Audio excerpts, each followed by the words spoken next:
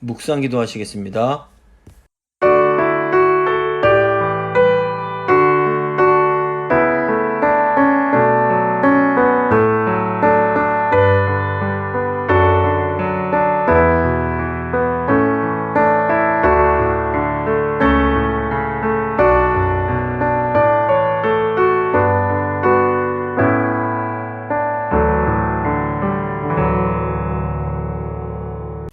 사도신경 고백합니다. 나는 전능하신 아버지 하나님, 천지의 창조주를 믿습니다. 나는 그의 유일하신 아들 우리 주 예수 그리스도를 믿습니다. 그는 성령으로 잉태되어 동정녀 마리아에게서 나시고 본디오 빌라도에게 고난을 받아 십자가에 못 박혀 죽으시고 장사된 지 사흘 만에 죽은 자 가운데서 다시 살아나셨으며 하늘에 오르시어 전능하신 아버지 하나님 우편에 앉아 계시다가 거기로부터 살아있는 자와 죽은 자를 심판하러 오십니다. 나는 성령을 믿으며 거룩한 공교회와 성도의 교제와 죄를 용서받는 것과 몸의 부활과 영생을 믿습니다. 아멘. 찬송가 484장입니다. 찬송가 484장 찬양하겠습니다.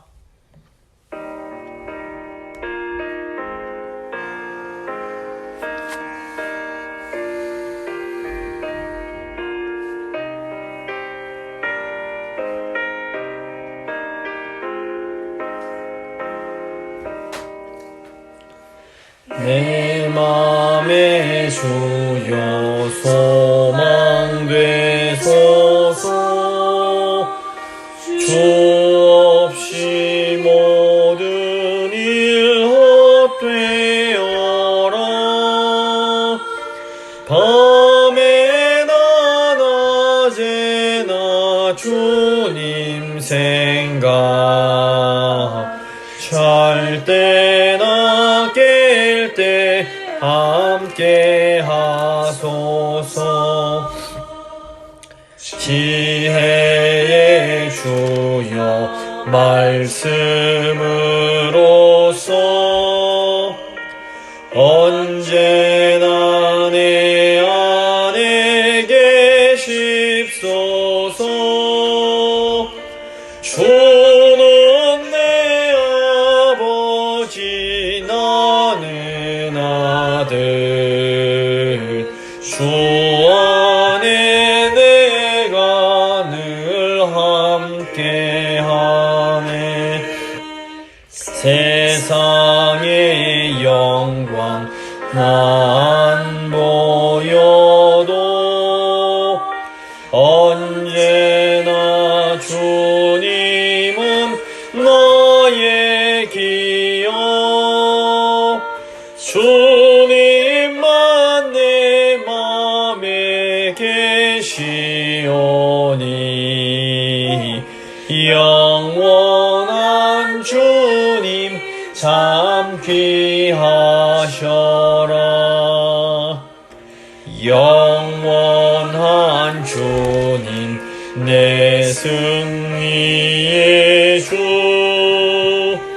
하늘의 기쁨을 주옵소서. 어떠한 고난이 닥쳐와도 만유의 주여 소망 되소서.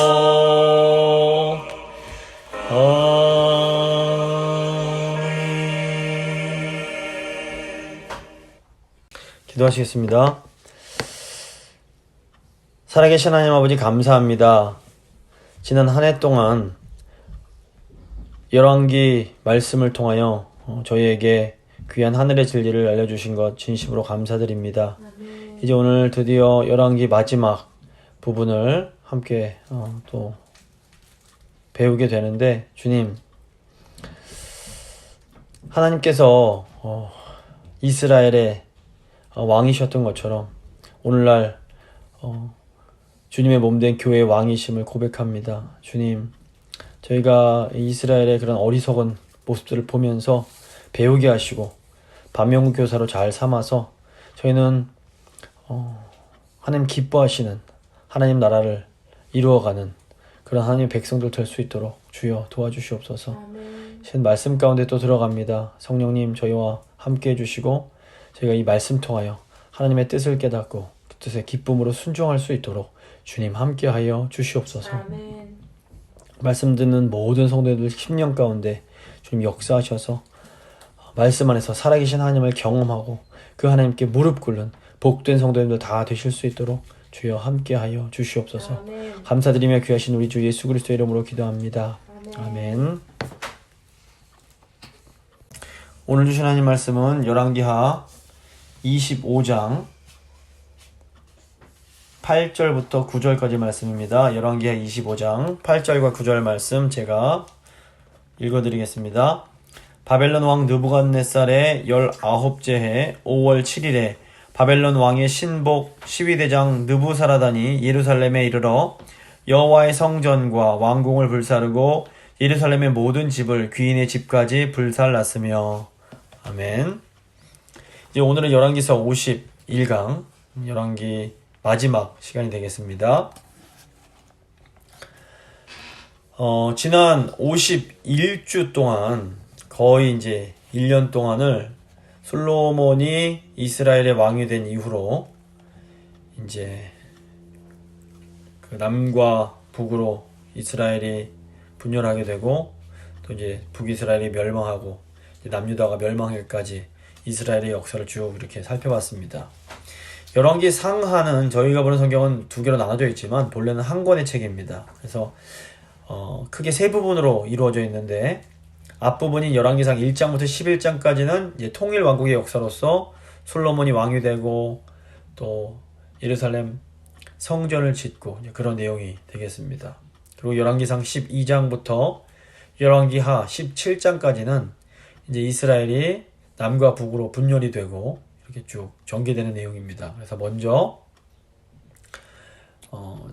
주전 722년에 북이스라엘이 이 아수르한테 멸망함으로써 이 분열 왕국 시대가 끝이 나게 됩니다. 그리고 이제 마지막 세 번째 부분인 열왕기하 18장부터 25장은 이제 살아남은 남유다가 좀 지속되다가 결국 바벨론에 의해서 멸망을 당하는 그때까지 내용이 됩니다. 그래서 열왕기의 마지막 부분은 이 남왕국 유다가 멸망하고 또 이렇게 새로운 하나님의 역사를 소망하는 그런 내용으로 이루어져 있습니다.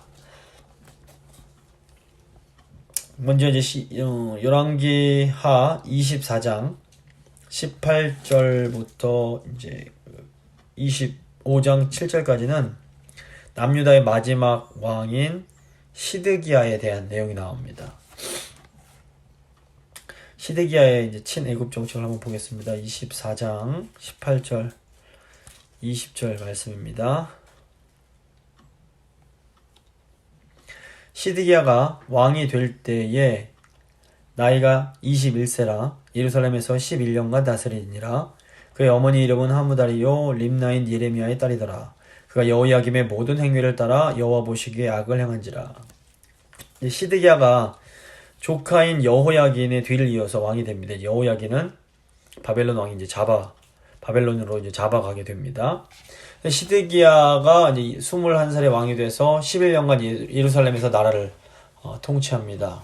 어머니는 그 림나인 예레미야의 딸 하모달로 여호와 아하스의 어머니이기도 했습니다. 림나인 예레미야는 이제 아나도 출신 선지자 예레미야는 이름만 같이 똑같은 사람은 아닙니다. 성경 보시면 이 시드기야에 대한 평가가 아주 부정적입니다.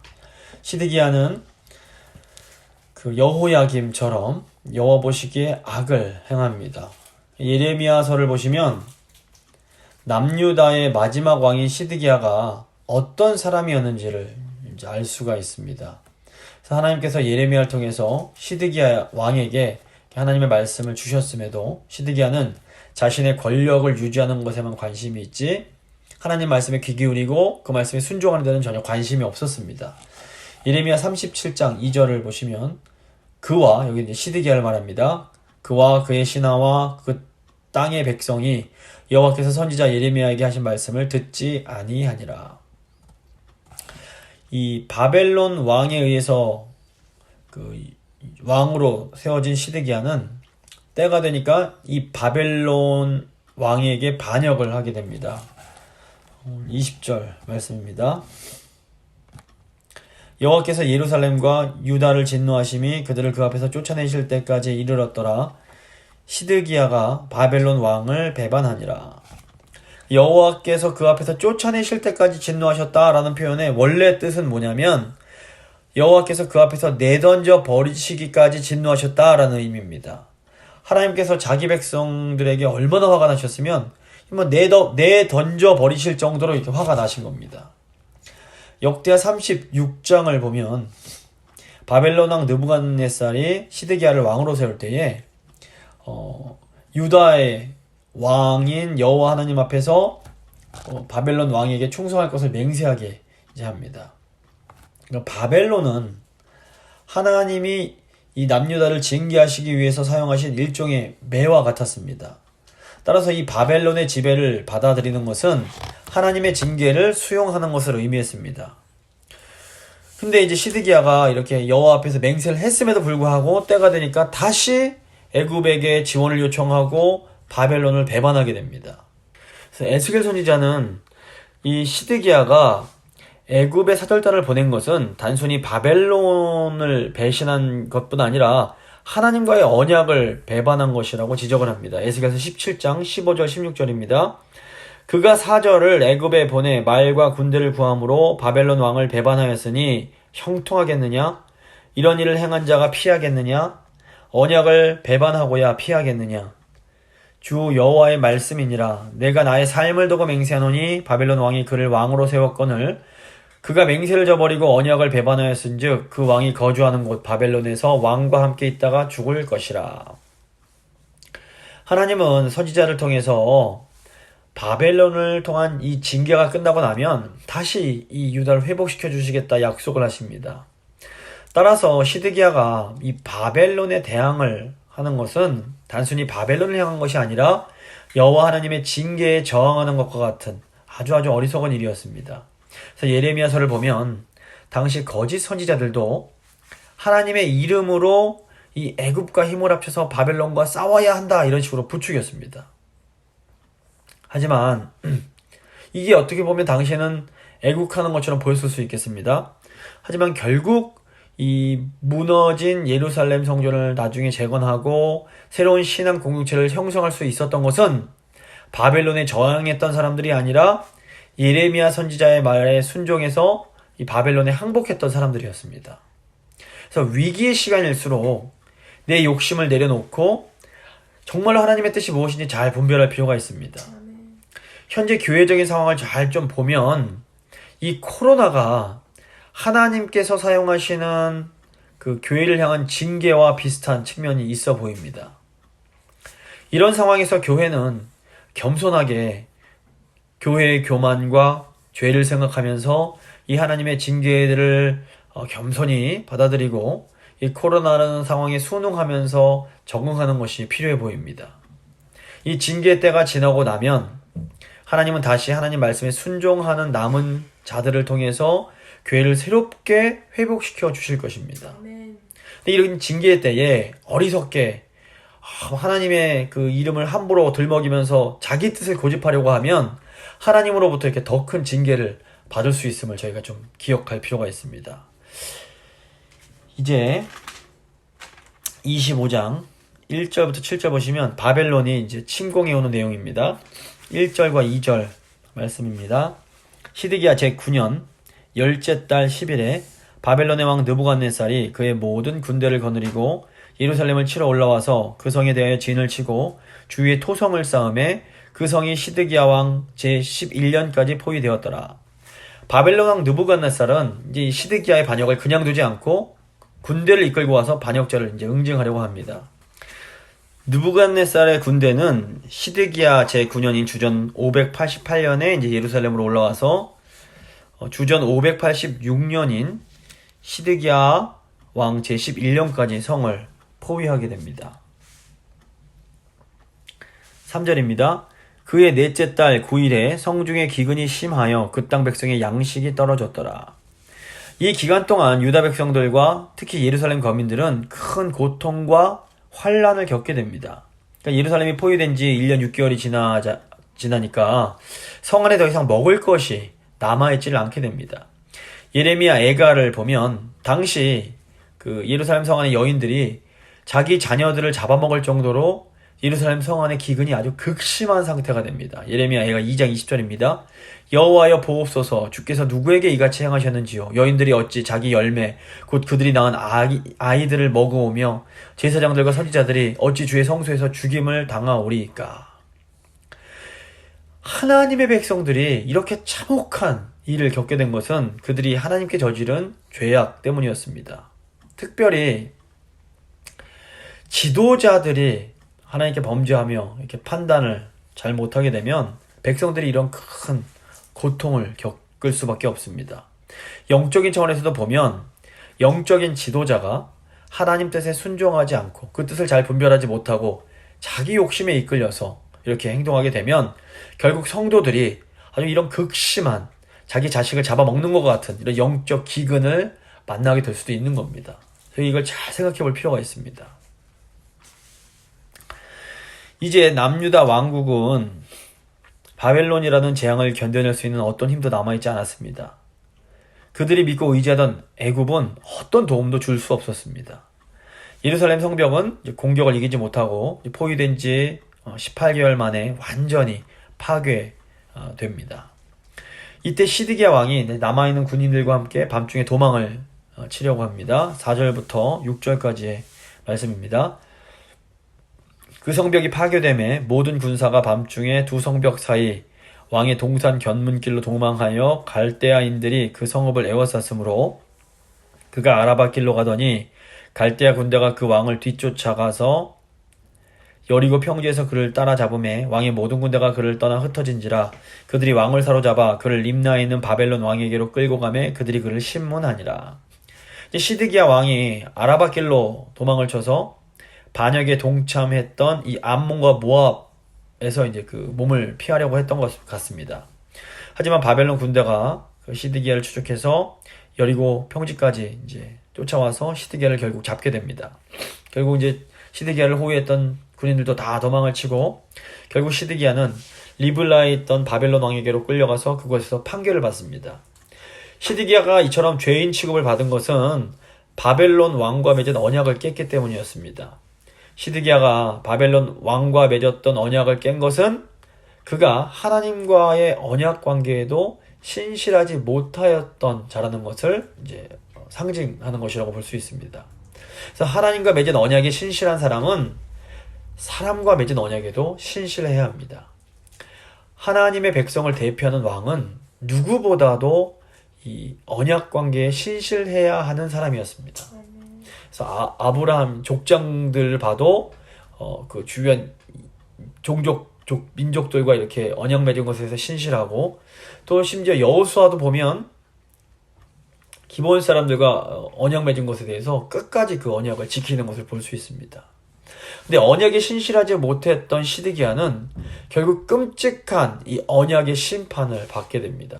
7절 보시면 그들이 시드기야의 아들들을 그의 눈앞에서 죽이고 시드기야의 두 눈을 빼고 놋사슬로 그를 결박하여 바벨론으로 끌고 갔더라. 시드기야의 아들들은 그가 보는 앞에서 죽임을 당하게 되고 시드기야 자신은 두 눈이 뽑힌 채로 사슬로 결박이 돼서 바벨론으로 이제 끌려가는 그런 처참한 결과를 갖게 됩니다. 사실 이 모든 것은 에스겔 선지자가 이미 예언을 했던 것이었습니다. 에스겔 12장을 보면 에스겔은 하나님의 명령을 받아서 이 포로의 행장을 꾸미고 밤에 그것을 어깨에 메고 성중을 빠져나가는 그런 행위를 합니다. 이제 이것은 시드기야가 장차 겪게 될 일에 대한 예언이었습니다. 인간이 너무도 어리석은 것이 분명히 하나님께서 이렇게 말씀을 해 주심에도 불구하고 돌이킬 줄을 모른다는 겁니다. 이대로 그냥 가면 멸망할 것이라는 경고가 분명히 있습니다. 그런데도 계속해서 알면서도 죄악된 길을 가는 것이 타락한 인간의 어리석은 본능입니다. 그래서 문제는 인간 스스로는 이 강력한 죄의 힘을 이길 수가 없다는 것입니다. 예수님께서 우리를 찾아오셔서 십자가에서 죽어주신 이유가 바로 이 때문에 그렇습니다.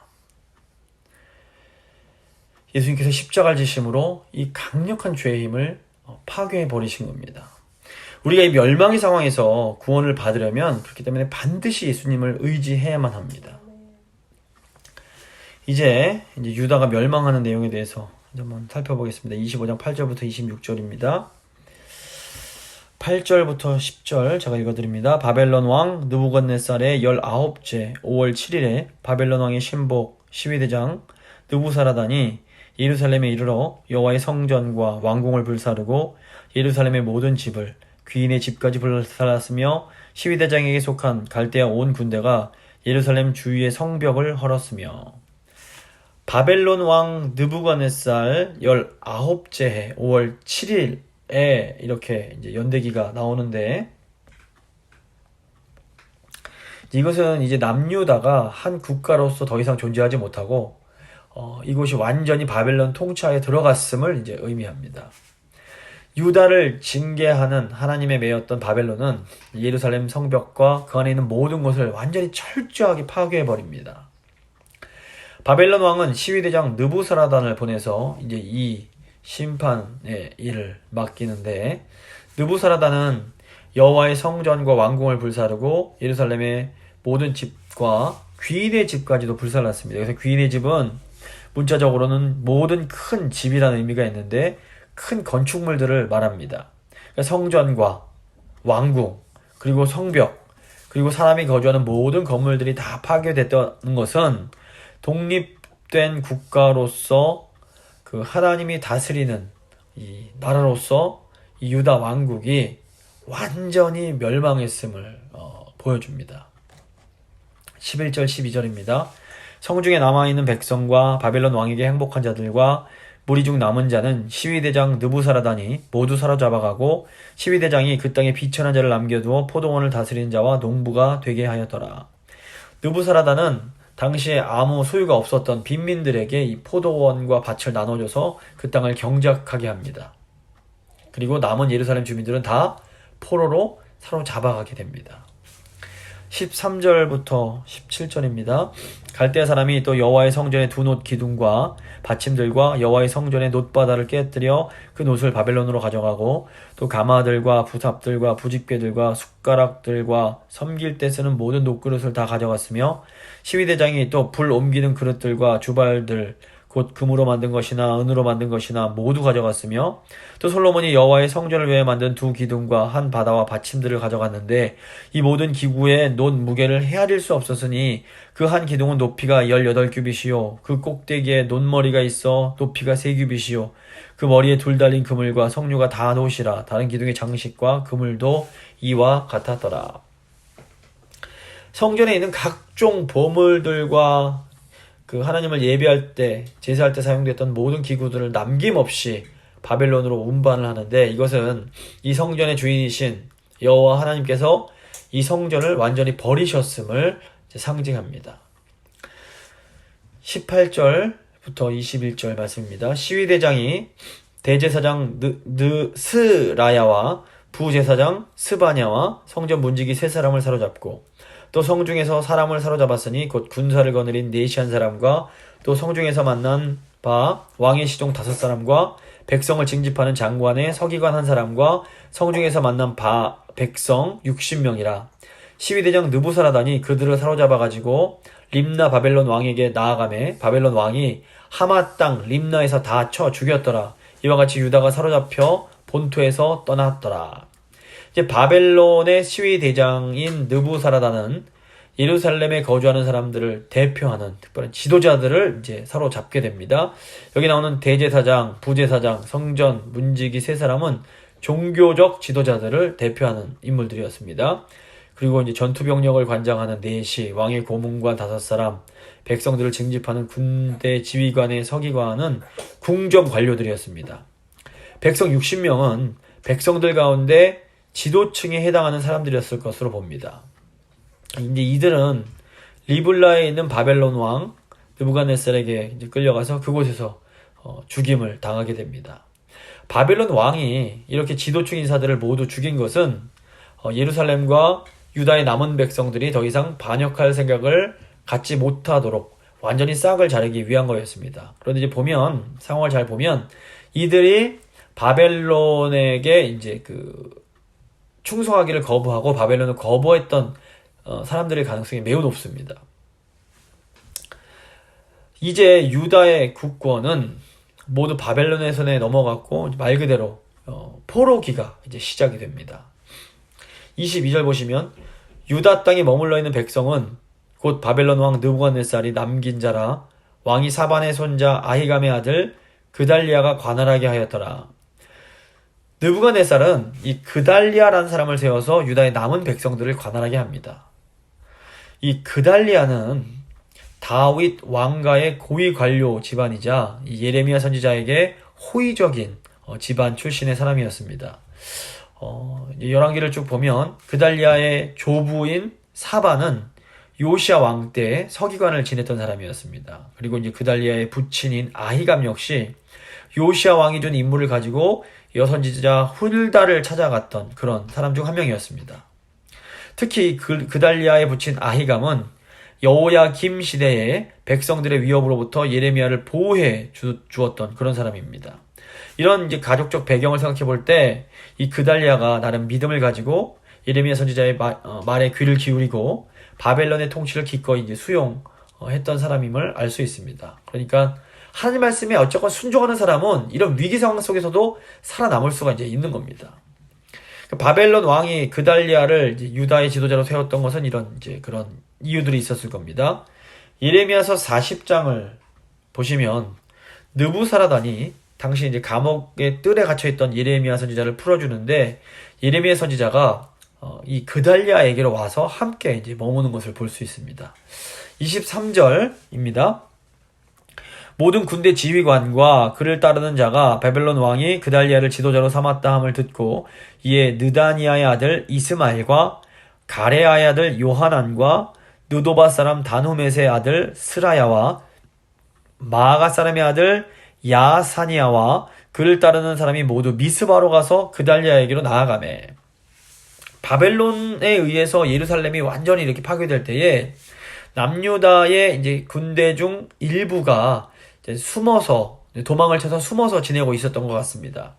이제 그달리아가 유다의 총독이 됐다라는 소식이 들려지자 숨어있던 군대 지휘관들이 그달리아를 만나러 미스바로 오게 됩니다.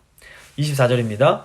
그달리아가 그들과 그를 따르는 군사들에게 맹세하여 이르되 너희는 갈대아인, 이제 바벨론 사람들을 말합니다. 갈대아인을 섬기기를 두려워하지 말고 이 땅에 살며 바벨론 왕을 섬기라. 그리하면 너희가 평안하리라 하니라. 이 그달리아는 숨어있던 군인들에게 예레미야가 포로들에게 해줬던 조언과 똑같은 조언을 해주게 됩니다. 그러니까 하나님께서 명령하셨으니 지금은 바벨론에게 순종하라는 겁니다. 그달리아는 이들을 설득하려고 했지만 모든 사람을 설득하지는 못했던 것 같습니다. 이 바벨론에 대해서 적대적이었던 일부 군인들이 이제 그달리아를 제거하고 싶어 합니다. 25절부터 26절입니다. 7월에 왕족 엘리사마의 손자 느다니아의 아들 이스마엘이 부하 10명을 거느리고 와서 그달리아를 쳐서 죽이고 또 그와 함께 미스바에 있는 유다 사람과 갈대아 사람을 죽인지라. 노소를 막론하고 백성과 군대 장관들이 다 일어나서 애굽으로 갔으니 이는 갈대아 사람을 두려워함이었더라. 결국 그달리아를 찾아왔던 군인 중에서 이 왕족인 이스마엘이 저 암몬 왕의 사주를 받아서 그달리아와 이 바벨론 군인들을 죽이자 보복을 두려워한 사람들이 다 애굽으로 이제 가게 되는 일이 생깁니다. 이제 예레미야 40장부터 43장을 보시면 이제 이때 일어난 사건에 대해서 좀 자세하게 설명이 되어 있습니다. 그러니까 왕족이던 이스마엘은 어쩌면 다윗의 혈통이 왕권을 다시 회복해야 된다라는 생각을 갖고 있었을지 모르겠습니다. 당시 이제 바벨론에 저항하던 그 암몬 왕이 이런 이스마엘을 이용해서 이 바벨론이 세운 그달리아를 제거하려고 합니다. 근데 이제 이때 그달리아를 찾아왔던 다른 군인인 이 가레 아들 요하난이 이스마엘이 이 그달리아를 죽이려 한다는 이 정보를 듣고 그달리아에게 이게 위험을 알리게 됩니다. 그러니까 요하나는 자신이 가서 이 이스마엘을 제거하겠다라고 이제 말을 하는데, 그때 그달리아가 이 요하나의 말을 믿지 않고, 그러지 말라고, 그런 말을 하지 말라고 이렇게 말을 하게 됩니다. 이제 결국 그달리아가 초막절 축제를 타서 자신을 방문한 이스마엘과 그의 이제 군인들을 환대를 해주게 됩니다. 그런데 이 이스마엘이 이 틈을 타서 그달리아를 죽이고 함께 있던 유대인들과 바벨론 군인들마저 다 죽여버립니다. 그리고 이 이스마엘이 이틀 후에 이제 저 북쪽 지파에서 그달리아를 방문하기 위해서 찾아왔던 80명의 순례자들 중에서 뭐 음식을 제공하겠다는 10명을 제외하고는 70명을 모조리 죽여서 구덩이에 던져버립니다.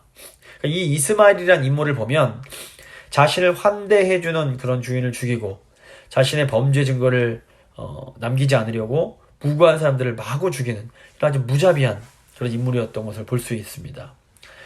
지금 이스마엘이 하는 행동을 보면 사람들이 마치 자기 소견에 옳은 대로 행했던 그런 사사기 시대를 연상시킵니다.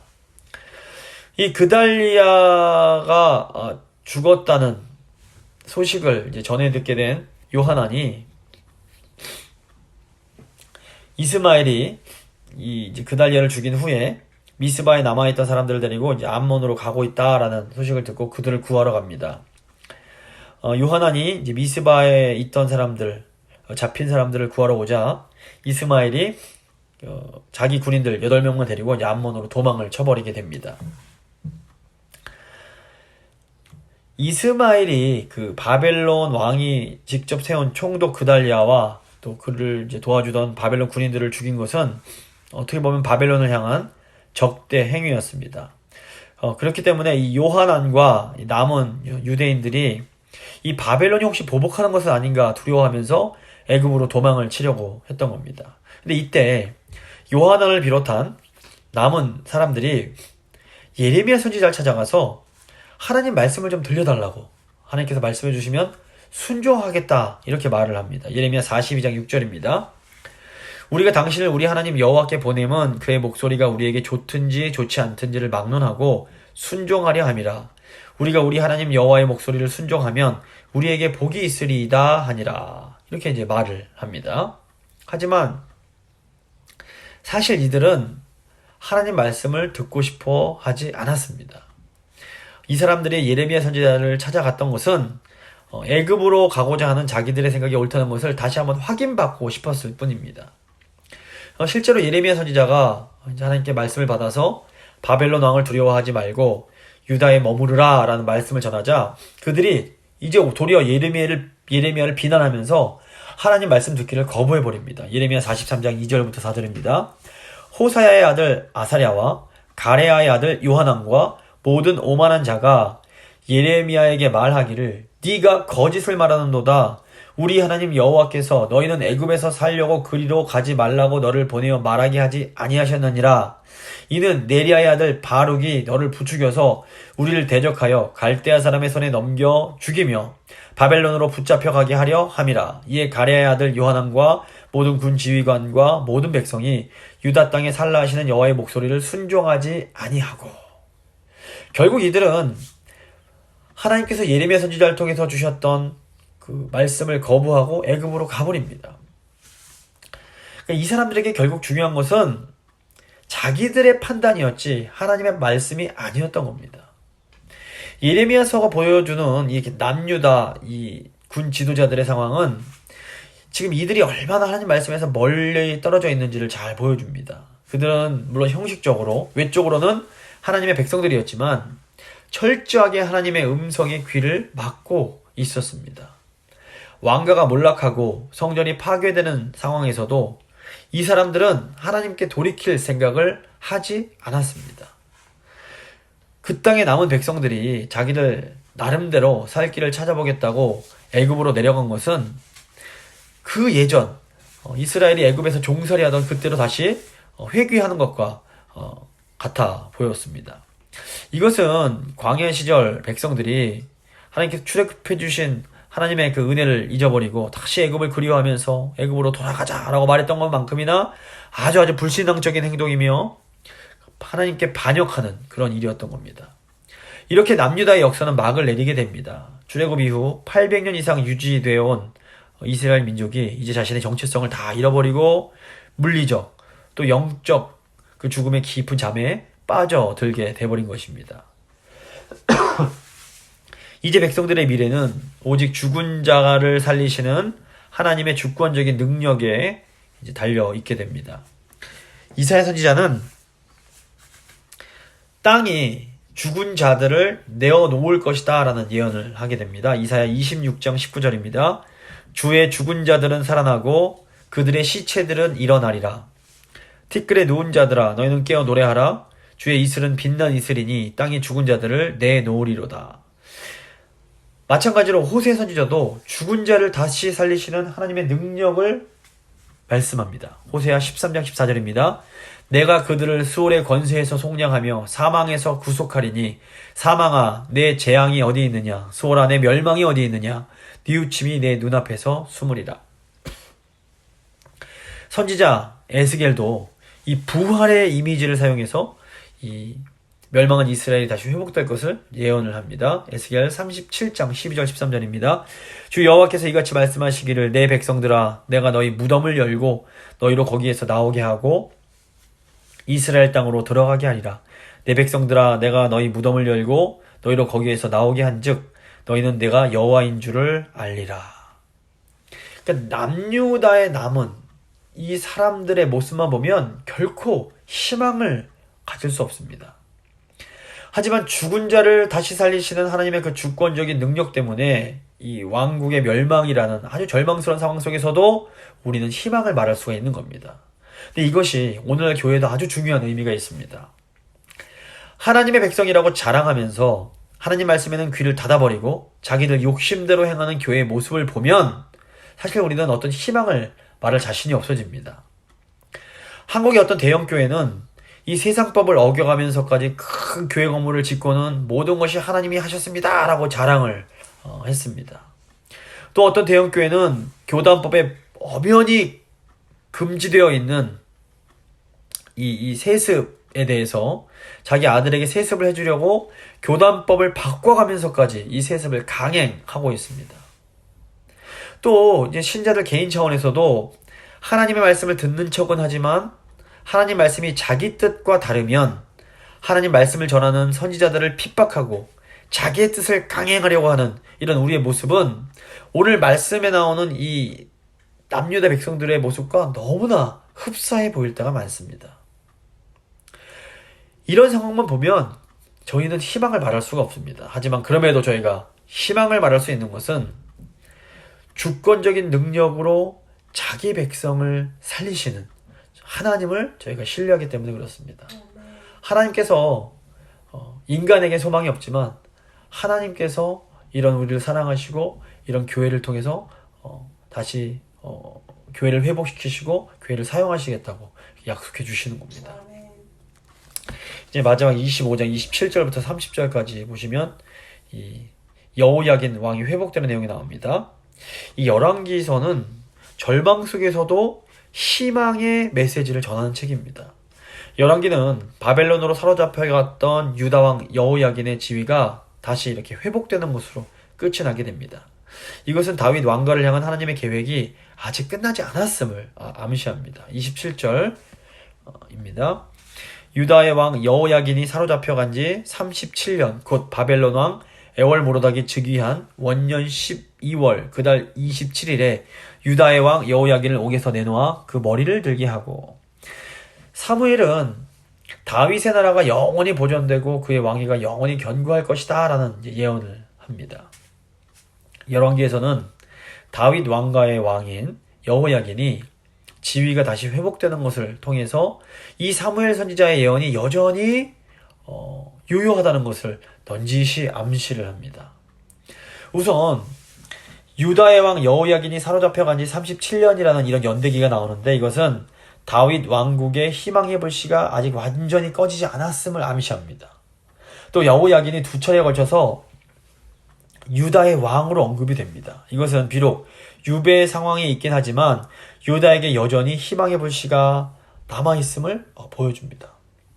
이뿐 아니라 여호야긴이 37년간의 감옥 생활에서 풀려난 후에 다른 모든 그 피정복민의 왕들보다 지위가 높아졌다는 것을 알려줍니다. 28절부터 30절입니다. 그에게 좋게 말하고 그의 지위를 바벨론에 그와 함께 있는 모든 왕의 지위보다 높이고 그 죄수의 의복을 벗게 하고 그의 일평생에 항상 왕의 앞에서 양식을 먹게 하였고 그가 쓸 것은 날마다 왕에게서 받는 양이 있어서 종신토록 끊이지 아니하였더라. 이것은 이 여호야긴이 단순히 석방된 것이 아니라 바벨론 왕국에서 특별한 대접을 받게 되었음을 강조하는 겁니다. 겉으로 보기에 다윗 왕조는 이 시드기야 왕과 더불어 완전히 끝난 것처럼 보입니다. 하지만 이것이 실질적인 다윗 왕가의 종말은 아니었습니다. 예레미야 선지자는 남유다의 멸망을 예언하면서도 왕국의 회복에 대한 믿음과 확신을 잃지 않습니다. 이게 굉장히 중요합니다. 예레미야 선지자가 보기에 지금 유다에게 임한 심판은 자식을 향한 아버지의 징계와 같은 것이었습니다. 예레미야 46장 28절입니다. 여호와의 말씀이니라 내 종 야곱아 내가 너와 함께 있나니 두려워하지 말라. 내가 너를 흩었던 그 나라들은 다 멸할지라도 너는 사라지지 아니하리라. 내가 너를 법도대로 징계할 것이요 결코 무죄한 죄로 여기지 아니하리라 하시니라. 그러니까 하나님은 회복을 약속하시면서도 동시에 네가 잘못했기에 그냥 넘어가지 않겠다. 징계하겠다라고 말씀하시는 겁니다. 하나님은 이미 다윗 왕 때에 그의 후손들이 범죄하면 사람의 매와 인생의 채찍으로 징계하겠다 이렇게 경고하십니다. 사무엘하 7장 14절입니다. 나는 그에게 아버지가 되고 그는 내게 아들이 되리니 그가 만일 죄를 범하면 내가 사람의 매와 인생의 채찍으로 징계하려니와. 그러니까 솔로몬 왕 이후에 이 유다의 왕들이 범죄할 때에 각종 재앙과 환란이 닥치게 된 것은 이렇게 이미 하나님께서 말씀해 주셨던 징계의 일부였던 겁니다. 시드기야 시대에 남유다가 멸망한 것은 물론 이전과는 비교할 수 없는 아주 결정적인 치명적인 그런 징계였습니다. 하지만 사실은 이 징계조차도 징계이지 형벌은 아니었던 겁니다. 그래서 하박국서를 보면 하나님은 범죄한 다윗 왕가와 유다 백성을 징계하시기 위해서 바벨론을 징계매로 사용하신다는 것을 이제 예언합니다. 이 사실을 정확하게 알고 있던 예레미야 선지자가 이 바벨론이라는 징계의 매, 이 멍에를 기꺼이 받아들이라고 이제 유다 백성을 설득했던 겁니다. 그것이 끝이 아님을 알았던 겁니다. 열왕기는 왕국이 분열되기 전부터 이미 왕국이 몰락하고 백성들이 타국에 포로로 잡혀가게 될 것을 내다보고 있습니다.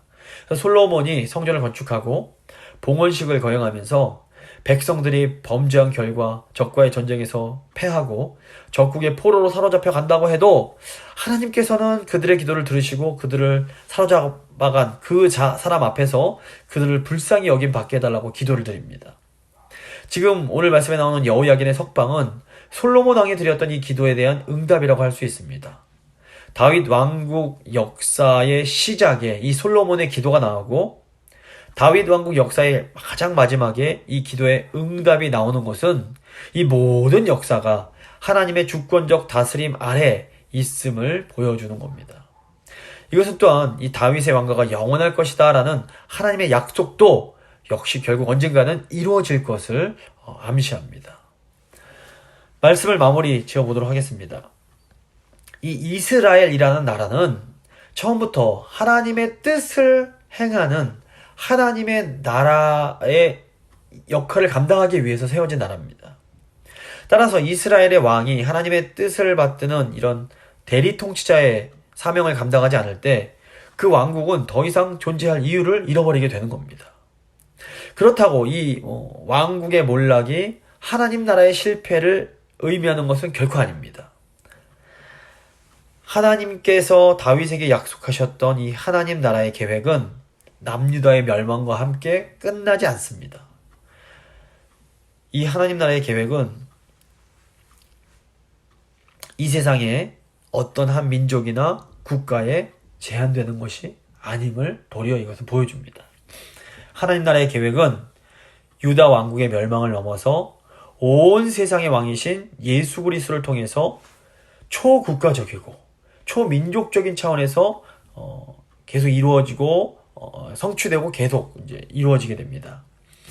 창세기 12장 3절 보시면 하나님께서는 아브라함에게 땅의 모든 족속이 너로 말미암아 복을 얻게 될 거다라고 말씀을 하십니다. 그래서 이 하나님 나라의 계획은 처음부터 모든 민족, 모든 열방을 향한 초국가적이고 국가를 초월하고 민족을 초월하는 이 범세계적인 그런 것이었음을 저희가 알 수 있습니다. 그래서 남유다가 멸망할 때에 하나님은 예레미야 선지자를 통해서 이 하나님 나라의 계획에 대해서 대한 그 예언을 하게 하십니다. 새 언약에 대한 예언이었습니다. 예레미야 33장 20절부터 22절 말씀입니다. 여호와께서 이와 같이 말씀하시니라. 너희가 능히 낮에 대한 나의 언약과 밤에 대한 나의 언약을 깨뜨려 주야로 그때를 잃게 할 수 있을진데 내 종 다윗에게 세운 나의 언약도 깨뜨려 그에게 그의 자리에 앉아 다스릴 아들이 없게 할 수 있겠으며 내가 나를 섬기는 레위인 제사장에게 세운 언약도 파할 수 있으리라. 하늘의 만상은 셀 수 없으며 바다의 모래는 측량할 수 없으니 내가 그와 같이 내 종 다윗의 자손과 나를 섬기는 레위인을 번성하게 하리라 하시니라. 오늘날 교회인 우리가 이 새 언약의 약속, 이 하나님 나라의 계획을 성취하는 하나님의 나라의 백성들입니다. 하나님께서 하나님 나라의 백성들을 삼으시는 목적은 이 과거나 지금이나 본질적으로 다르지 않습니다. 왕 같은 제사장들인 우리는 하나님의 복을 열방의 모든 민족에게 전해줄 사명이 있는 겁니다. 근데 신약교회인 우리는 예수님을 통해서 새 언약에 약속된 성령을 받았기에 구약의 이스라엘이 할 수 없는 일들까지도 할 수가 있는 겁니다. 그래서 저희가 올해에 이 하나님이 우리에게 주신 사명을 잘 마음 깊이 새기면서 이 위대한 사명을 이 하나님의 복을 열방에 전하는 이 귀한 사명을 잘 감당할 수 있게 되기를 소망합니다. 한번 기도하실 때 하나님 올 한 해 저희가 이 하나님의 복을 열방에 나누는 이 복의 통로되는 거룩한 백성 제사장 나라의 이 사명 잘 감당하는 저희 교회 될 수 있게 해달라고 한번 간절한 마음으로 기도하겠습니다.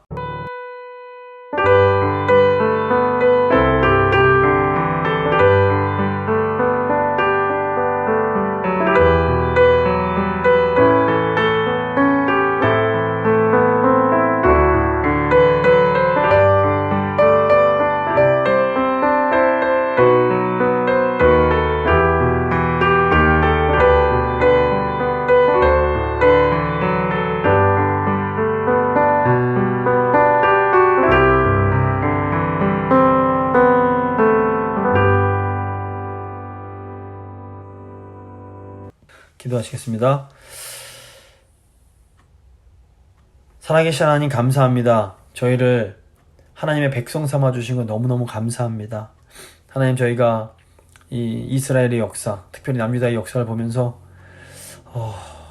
참으로 가슴이 답답하고 또 안타깝습니다. 그리고 더 무서운 것은 이 과거의 역사를 오늘도 반복하는 그런 교회들이 너무나 많기 때문에 그렇습니다. 주님, 저희가 이 어리석은 길을 가지 않을 수 있도록 주님 저희를 붙들어 주시옵소서. 어리석은 자들이 하나님께 거부할 그 순간에도 신실한 자들은 하나님 말씀에 귀를 기울이고 또 하나님께서는 그 상황 속에서 은혜를 베푸시고 그들을 결국 사용하셔서 다시 하나님 나라를 일으켜 세워가십니다. 하나님 저희 재건교회가 마지막 남은 자들, 신실한 언약을 지키는 자들의 그 반열에 설 수 있도록 주여 은혜 베풀어 주시옵소서. 지금껏 재건교회 잘 지켜주신 거 너무너무 감사합니다. 하나님 교회가 세상에 너무 어두워졌기에 아버지 저희의 사명이 더 큰 줄 믿습니다. 주님 저희를 불쌍히 여기시고 성령으로 충만하게 하시고 새 힘을 더하셔서 이 마지막 때에 이 주님의 교회된 사명, 하나님 백성의 사명, 하나님의 복을 열방에 나누는 이 사명 잘 감당할 수 있도록 제 성도님들 한 번 한 번 붙들어 주시고 저희 재건교회가 올해는 더 왕성하게 움직일 수 있도록 주님께서 함께하여 주시옵소서.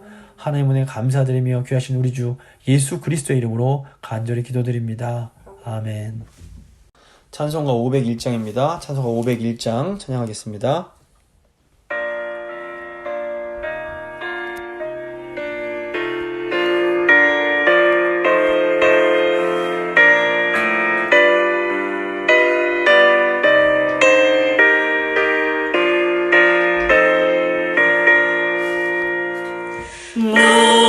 시온아 이 소식 전파하라 영광의 주 참 빛이 되신다 난 백성을 이 밝은 빛에 모아 영원한 구원 주려 하신다 이 기쁜 소식 곧 전하라 구원의 소식을 널리 전하라 죄사슬에 얽매여 있는 사람 하도 많아 다 셀 수 없구나 이 형제들 다 건져내기 위해 주 예수 복음 널리 알리자 이 기쁜 소식 곧 전하라 구원의 소식을 널리 전하라 온 세상에 너 크게 외치어라 하나님은 참 사랑이시다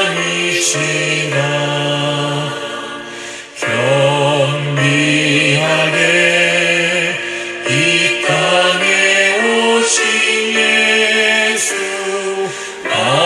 만민의 죄를 감당하셨다 이 기쁜 소식 곧 전하라 구원의 소식을 널리 전하라 내 자녀로 이 복음 전파하라 늘 기도와 온 재물 드려서 이 복음을 너 힘써 전파하며 영광의 상을 내가 받으리 이 기쁜 소식 곧 전하라 구원의 소식을 널리 전하라